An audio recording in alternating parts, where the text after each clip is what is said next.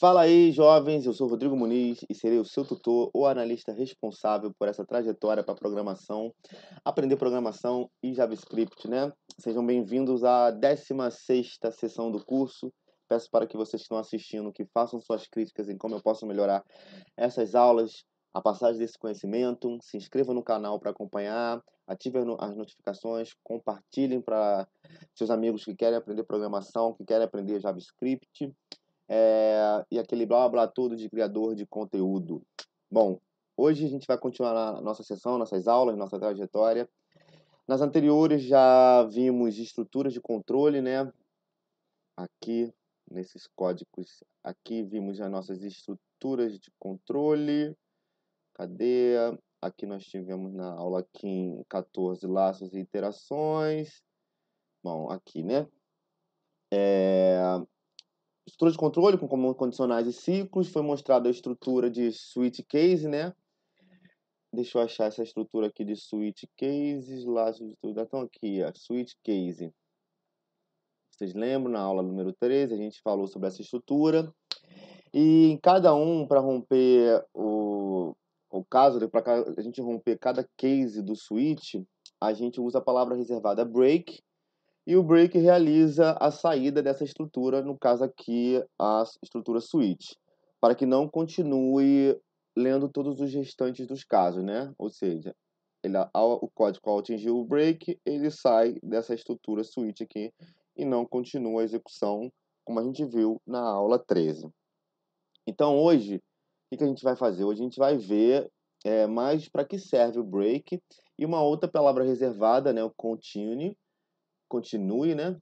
A gente botei aqui os sites para vocês verem que vão estar também na descrição. Continue e break. Ok. Essas palavras nos ajudam a controlar o fluxo de nossa estrutura de controle. Sobretudo, como estamos em um loop, por exemplo, quando estamos em uma estrutura de repetição e quando um ponto é atingido, podemos romper essa estrutura ou dar um tipo de continuidade específica saltando algum ciclo. Então, vamos aos exercícios, né? Vamos fazer exemplos, vamos explicar. Aula 16, continue and break. Deixa eu sair daqui da frente.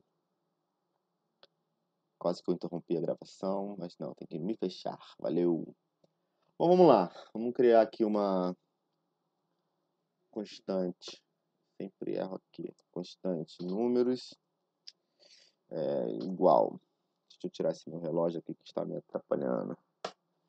E vamos fazer um array aqui de 10 dígitos. 1, 2, 3, 4, 5, 6, 7, 8, 9, 0. Beleza? Aqui nós temos um array de 10 dígitos. Então, vamos percorrer, tá, por esses números. E se vocês estão atentos, vão reparar que eu posso utilizar o for each, né? Mas nesse caso aqui eu não vou utilizar o for each. As palavras reservadas break e continue não se podem utilizar em métodos de array, como por exemplo for each. Essas palavras estão destinadas para serem usadas em estrutura de controle, como a gente viu, que são for, while, do while, if, switch, etc., como a gente viu na aula 13. 14, 15, 13 e 14. Por isso eu vou percorrer esse array com um for, tá? Então, como é que a gente faria? For, a nossa variável let igual a 0, que vai ser a variável que vai controlar, né? E sendo menor do que números, ponto length, né? Que a gente sabe que é isso aqui. Vou até botar aqui uma aqui para vocês verem, vou só terminar aqui e mais. Abre e fecha, console.log, números em qual posição, na posição I. E aqui eu vou imprimir um console.log, números.length, para vocês verem qual é o tamanho que ele está pegando ali. A gente sempre lembrar disso. Ok? Ctrl S, F12 aqui para a gente entrar no console.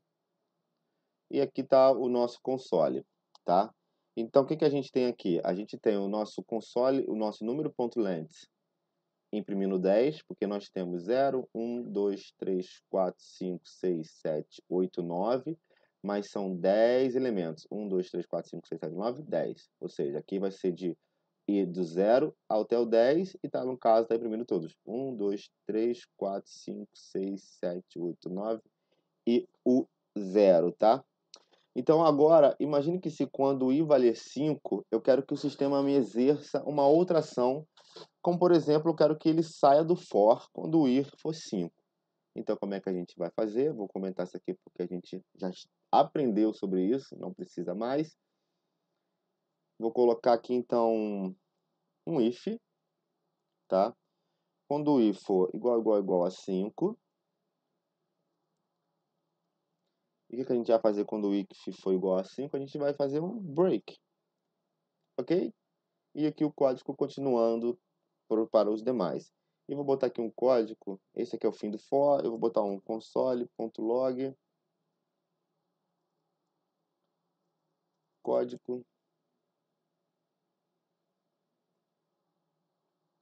após o for. O nosso Ctrl S, e aqui nós temos, vejam que i, ao chegar até 5, o break é executado e sai da estrutura que se encontra. Nesse caso, a estrutura é o for. Vejam que a estrutura que fecha é a estrutura pi, né? Não o if que fechou. Ele fechou a estrutura pi, o for. E ela que é fechada e se segue o código, tá? Ou seja, a gente tem aqui a impressão i igual a 0, imprime 1, i igual a 1, imprime 2, e assim por diante. 0, 1, 2, 3, 4. Quando i é igual a 5, que a gente está nessa posição aqui, 0, 1, 2, 3, 4, 5. Quando o i é 5, ele entra no if e sai o break, aciona o break e sai da estrutura pi o for e não me imprime o 6 e continua no console log código após o for, ok? Bom, agora a gente vai ver a utilização do contínuo, né? Deixa eu fazer um outro código aqui sem desmanchar esse.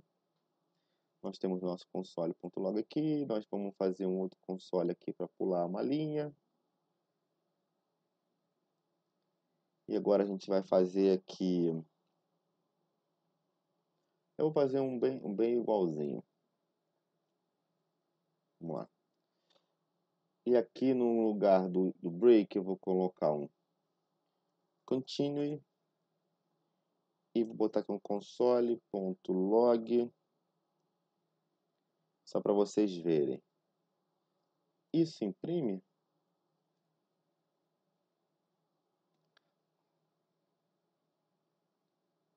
Números e vou botar um código após o for com continue, ok? Vamos lá ver nosso resultado e o que aconteceu. Eu vou mudar aqui também só uma outra coisa aqui. Deixa eu voltar aqui. A gente vai fazendo aqui diferente para ficar melhor. A gente vai botar aqui assim, posição do i,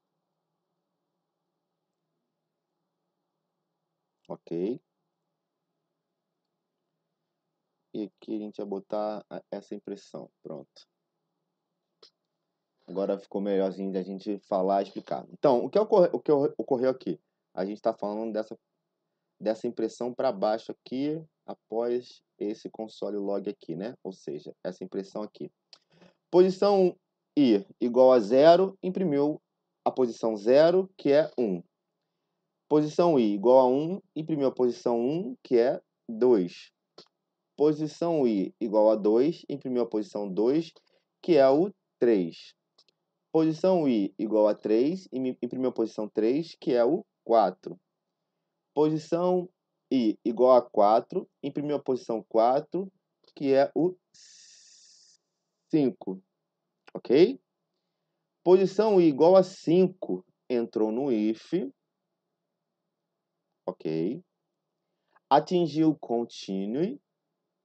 Ele atingiu esse código aqui do continue. e retornou para o for, tá? Ou seja, o console log, esse console log aqui não atingiu e não atingiu a impressão da posição 5 aqui, ó, que seria o i igual a 6. O i igual a 5, a posição 6. O contínuo fez ele pular todo o restante da execução do código, voltou para o for e continuou a nossa posição aqui, 6, nossa posição 7, nossa posição 8 e nossa posição 9 até encerrar. Ou seja, quando o i for igual a 5, esse contínuo ele faz retornar para a nossa estrutura pi ou for, não fazendo essa impressão e não continuando fazendo essa impressão daquela execução, ok? Vamos lá.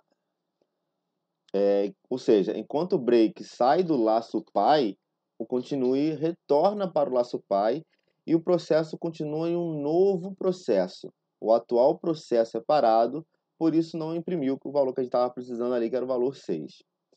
Bom, essa aula eu vou deixar ela bem curta, simples, e que vocês façam mais testes com o break continue. Eu quero que a gente tenha essas aulas bem definidas, assim, bem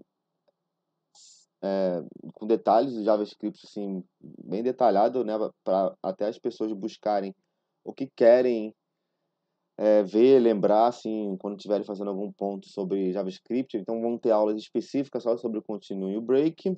Espero que vocês tenham gostado. Façam mais testes com o break e continue aí. Obrigado pela sua presença e atenção aqui até hoje. Eu sou Rodrigo Muniz. Façam suas críticas em como eu posso melhorar as aulas. Se inscrevam no canal para acompanhar e aquele blá blá blá todo de criador de conteúdo. Valeu, pessoal. Até a próxima.